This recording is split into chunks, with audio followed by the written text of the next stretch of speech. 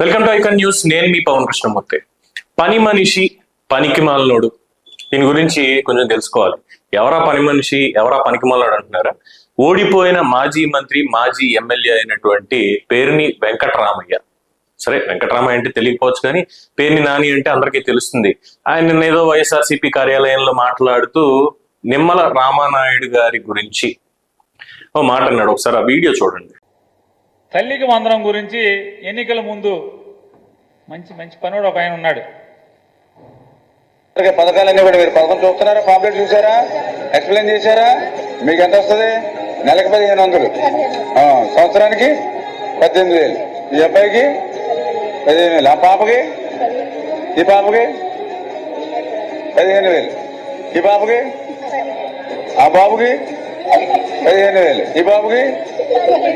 పిల్లలకి అంటే అట్లా చదువుకునే వాళ్ళందరికీ ఎదుగు చిట్టికి కూడా 15,000 వస్తుంది. ఇంకో సంవత్సరం మీకు 18,000 వస్తుంది, మీకు 18,000 వస్తుంది. ఏమ్మా హ్యాపీ కదా?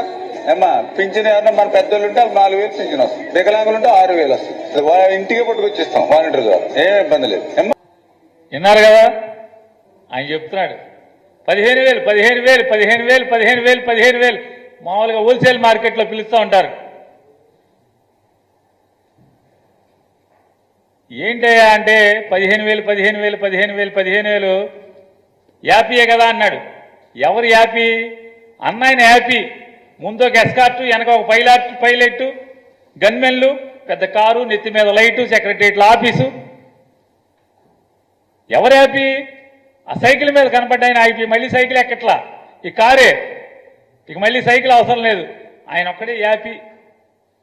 ఆ పిల్లల యాపీ కాదు, తల్లి యాపీ కాదు.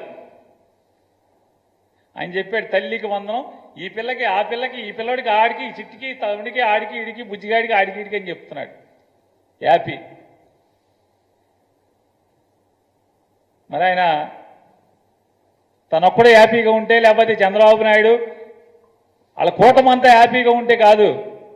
ఎవరికైతే చెవులు గింపుగా మీరు వాగ్దానాలు చేశారో ప్రజలందరికీ, ఆ ప్రజలు కూడా హ్యాపీగా ఉండాలి. వాళ్ళు మాత్రం అన్హ్యాపీ, మీరు మాత్రం హ్యాపీ. బాగా ఫుల్ హ్యాపీగా ఉన్నారు మీరు. చూసారుగా, ప్రచారంలో భాగంగా తల్లికి వందనం అని చెప్పి, అదే వీళ్ళ అమ్మఒడిలాగా తల్లికి వందనం అని చెప్పి ప్రతి తల్లికి కూడా 15,000 రూపాయలు, ఎంతమంది పిల్లలు ఉంటే అన్ని 15,000 రూపాయలు వాళ్ళకి ఇస్తాం మేము ఖచ్చితంగా పిల్లల్ని పంపించి చదివిస్తున్నందుకు గాను అని చెప్పి కూటమి మేనిఫెస్టోలో పెట్టారు. సరే, దానికి సంబంధించి ఆయన చెప్తున్నటువంటి వీడియో చూపించి, ఈ దరిద్రపు వెధవలు, వైఎస్ఆర్సీపీ దరిద్రగొట్టు వెధవలు ఏదైతే ఫేక్ జీవోని బయట సర్క్యులేట్ చేస్తూ తల్లికి వందనం, తల్లికి 15,000 ఇస్తారు, పిల్లలతో సంబంధం లేదు, ఇంకేమీ లేదు, పిల్లలకి ఇవ్వరట అని చెప్పి దిక్కుమాలిన వార్తలు ఇవన్నీ కూడా వండి వారుస్తున్నారు. ఆ దిక్కుమాల పేపర్ సాక్షిలో, ఛానల్లో కూడా. సో దాని మీద ఈయన ప్రెస్ మీట్ పెట్టేశాడు. అందులోనూ నిమ్మల రామానాయుడు గారి వీడియో చూపించి, అదిగో పని మనిషి అని అంటున్నాడు. అవును, నిజం, ఆయన పని మనిషి, పని తెలిసిన మనిషి. ఎమ్మెల్యేగా ఉన్నా కూడా సైకిల్ వేసుకొని మొత్తం పాలకులు నియోజకవర్గంలో ప్రతి గడపకి వెళ్ళి, మీరు కూడా వెళ్ళలేదు, వైఎస్ఆర్సీపీ సన్నాసులు అక్కడ కనీసం అడుగు కూడా పెట్టలేకపోయారు. హ్యాట్రిక్ ఎమ్మెల్యే, ఇప్పుడు మినిస్టర్. ఆయన కష్టం మీలాగా డబ్బులు దొబ్బేసి, అవినీతి చేసి, ఇష్టం వచ్చినట్టు ప్రజల్ని, ప్రతిపక్షాలని బూతులు తిట్టి పనికి మాలిన వెధవల్ల అయితే ఆయన లేడు. ఆయన పని తెలిసిన మనిషి. అందుకే పదవి ఆయన్ని భరించింది. ఆయన కోరుకోలేదు, ఆయన నాకు మంత్రి పదవి ఇస్తేనే ఉంటా అని చెప్పి ఆయన ఏం చెప్పలేదు. ఎన్నికల్లో గెలిచిన తర్వాత రోజు నుంచి కూడా మళ్ళీ సైకిల్ వేసుకొని ప్రజల్లోకే వెళ్ళాడు. ఆయన మీలాగా కొంపల్లో కూర్చొని దిక్కుమాలిన మాటలు మాట్లాడాల, ఐకియా స్టోర్లకు వెళ్ళి అక్కడ ఏదో కొనుక్కోవట్లా, మళ్ళీ ప్రజల్లోనే ఆయన తిరుగుతున్నాడు. సో వీళ్ళకి అంటే ఒరే అందం అంటే వయసులో పెద్ద అయిపోయాడు ఈయన. సో ఎవరిని అందం ఇప్పుడు ఎవరికి చెప్పాలి? పేరుని కిట్టు, ఒరే తమ్ముడు మీ నాన్నకి చెప్పరా బాబు, కొంచెం నాన్న నువ్వు ఓడిపోయావు, ప్రజలకు ఏమైనా ఇబ్బందులు వస్తే బయటికి వెళ్ళి మాట్లాడి తప్పితే అనవసరంగా ఉంది కదా అని చెప్పి ఇప్పటి నుంచి బురదలో పోసిన బురద పోయడం చూడకు, తర్వాత తీసుకెళ్ళి నేను ఆ బురదలోనే పడేస్తారు అని కొంచెం చెప్పు.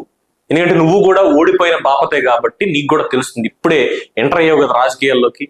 మీ నాన్న ఎక్స్పీరియన్స్ మాత్రం తీసుకోక, మీ తాతగారిది తీసుకో, కృష్ణమూర్తి గారిది, ఆయనది తీసుకో. మీ నాన్నకి చెప్పు కొంచెం.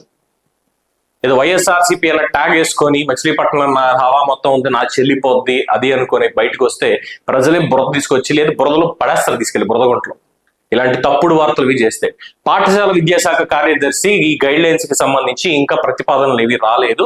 ఆధార్ కార్డు ఎలా వాడాలి ఏంటి అనే దాని మీద గెజెట్లు రిలీజ్ చేస్తున్నాం తప్పితే తల్లికి వందనం మార్గదర్శకాలు ఇంకా ప్రభుత్వం రిలీజ్ చేయలేదు అని స్పష్టంగా లేఖ రిలీజ్ చేశారు.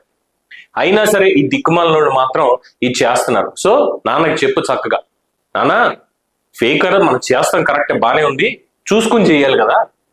ఇంకా ప్రభుత్వం వచ్చి 22 రోజులు వాళ్ళు పనిలో కూర్చొని చేస్తూ వస్తున్నారు. పూర్తిగా చేసిన తర్వాత అమలు చేసిన తర్వాత అప్పుడు కదా మనం బురద జల్లాల్సింది. ముందే బురద జల్లుకుంటే మన బురదలో పడేస్తారని దయచేసి చెప్పు. అంతేగాని అనవసరంగా ఇలాంటి ప్రెస్ మీట్లు పెట్టి తన్నులు తినొద్దు ప్రజల చేతిలో అనేది ఒక సూచన చెప్పు.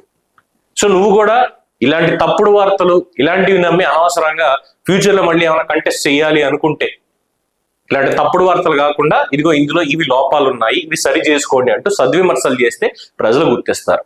ఇది చెప్పదగినటువంటి సూచన. సో మరి మీరేమంటారు? మీ అభిప్రాయాన్ని కూడా కామెంట్స్ రూపంలో వారికి చేరేలాగా తెలియజేయండి. చూస్తూనే ఉండండి ఐకాన్ న్యూస్. నేను మీ పవన్ కృష్ణమూర్తి.